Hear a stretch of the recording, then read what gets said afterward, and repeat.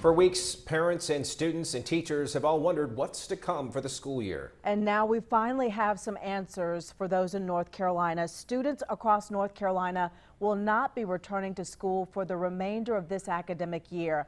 But next fall is still in question. But this does not mean that students will stop learning. They will continue to learn remotely. Certainly a big update for many families out there. And Channel 9 education reporter Elsa Gillis is live with us now. Elsa, I know you listened in on the governor's announcement this afternoon. What are the main points that parents need to know? Well, Erica, I don't think this announcement is a huge surprise given the state of our world right now, but it is still incredibly impactful for nearly every family in our state. It became official just 3 hours ago. Students and teachers will not return to public school buildings this school year. Learning will continue remotely for the remainder of the year. Governor Cooper acknowledged how hard this is for everyone, especially for students with internet issues and those in need of food, and just for the safety and security school provides. But for the safety and health of the state and families in the midst of this pandemic, this tough decision was made. The governor was joined by the state superintendent and state board of education chairman. Together, they shared that plans for next school year are already underway. Already we know that even the next school year will not be business as usual. There will be new measures in place to protect health when school buildings open again next year. But I have every confidence that we will find a way to get schools open safely in the new school year. In the next few weeks, we will pivot from our initial stage of response to a readiness stage, which will require resources to continue to feed our children, remain connected to our students, and to continue to provide training and support for educators. Governor Cooper did say the opening of schools in the summer, the fall summer camps will be dependent on health guidelines, Erica.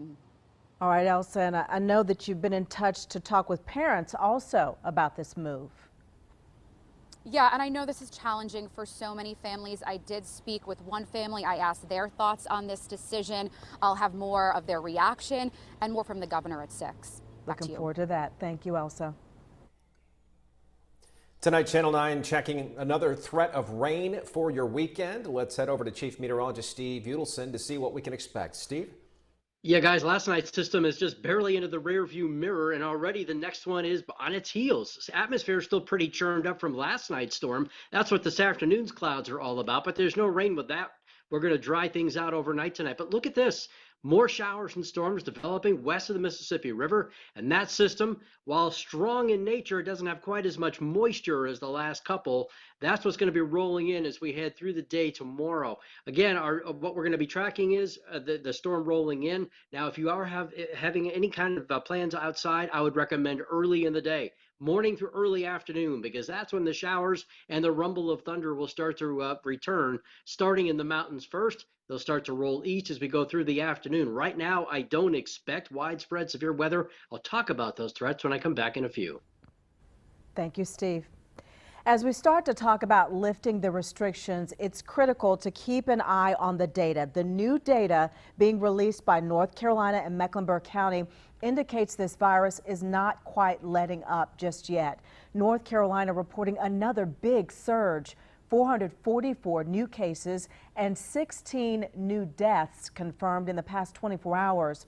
And now looking specifically at Mecklenburg County, we just reached the 1,400 mark. That's up 38 cases from yesterday, but the day before, we saw our second highest day-to-day increase in cases at 76.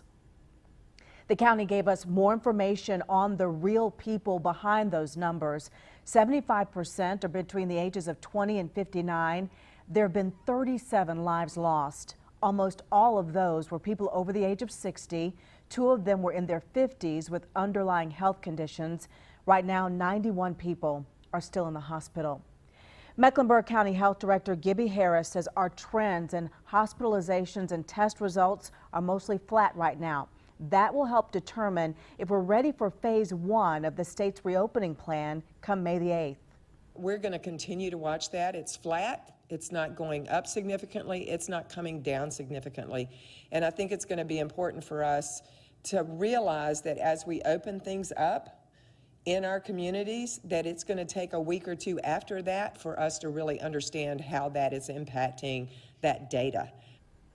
And another big update for many families based on the flattening of our curve right now. The county has now decided to allow drive-through church services. However, they will not allow drive-up communion. That is not going to be allowed. Faith leaders are coming forward now with a new idea that they hope could help our African American communities recover from the virus. And the statistics are troubling, to say the least. African Americans making up 39% of all of the cases in North Carolina and 36% of the deaths, accounting for just 21%, though, of the entire state population. Channel 9's Genevieve Curtis explains the new plan.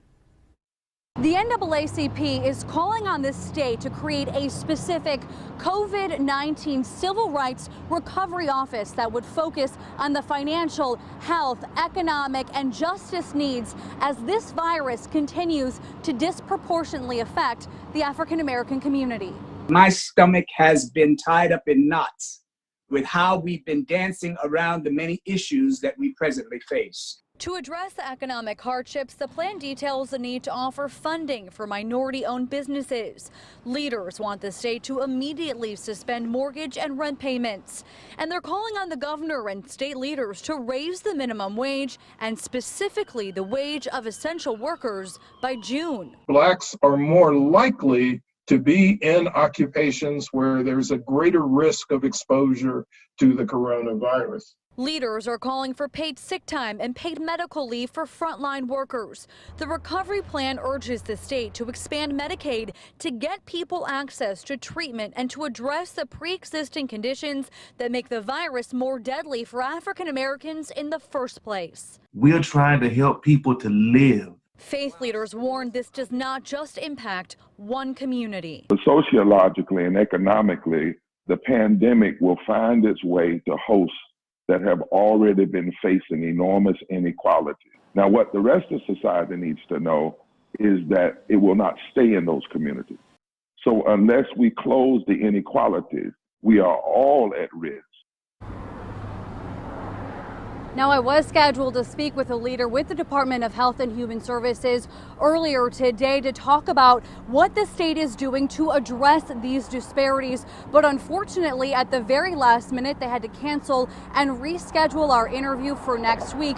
But what I can tell you is earlier this week, Dr. Mandy Cohen said the state is focused on setting up testing locations in areas that have not had access to health care before. Now, here in Charlotte, Atrium and Novant are already doing this. Both hospital groups also have committees that are focused on equity and diversity in the long term. They are pushing access to healthy food, affordable housing, and making sure that abuse victims have access to services and help. Back to you. Thank you, Genevieve. President Trump signed a new $484 billion aid bill today. It includes $250 billion to replenish the fund to help small and medium-sized businesses with payroll, rent, and other expenses. Another $100 billion is set to go to hospitals and increased testing. Starting today, if you're a freelancer or you work for yourself, you can apply for unemployment benefits in North Carolina. Yeah, the federal government made the change to help everyone try to make it through this pandemic. And Action 9's Jason Stujanki is joining us live now. Jason, today just one more step forward in getting so many people the support they need. Oh yeah, absolutely, Erica. And as you know, I've been talking to so many people who fall into this category. They work for themselves or they have some sort of other gig employment, and they've really been out of work for weeks, more than a month at this point in a lot of cases, and they've just been counting the days waiting for this moment so they could apply for benefits. Now, as you said, normally these folks aren't eligible for unemployment, but federal lawmakers recently decided to create what's called Pandemic Unemployment Assistance, PUA, for them, and it opens today. To apply, go to the NC Commerce website. Now, one piece of advice, make sure you upload all the documents you need before you submit. That should save you some headaches. Now, if approved, you should see money in 2 weeks. You should also get an extra $600 each week until July 25th. Now, if for some reason you're already getting unemployment, you won't be eligible for PUA. Now, in South Carolina, the same thing's going on. I confirmed this afternoon that PUA open today there as well. So make sure if you're self-employed, go ahead and apply.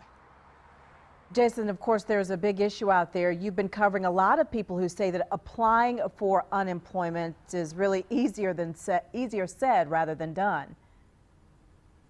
Oh yeah, we've had so many complaints about this. Obviously, such an influx of people applying for unemployment. It's really jammed up the system. I've had complaints about the website, about getting in touch with a real person on the phone. Now, the Commerce Department in North Carolina says it's doing a number of things to combat all of this. So I really just hope these self-employed folks who are now going to start applying for all of this are able to get through. Let's hope so. Thank you, Jason.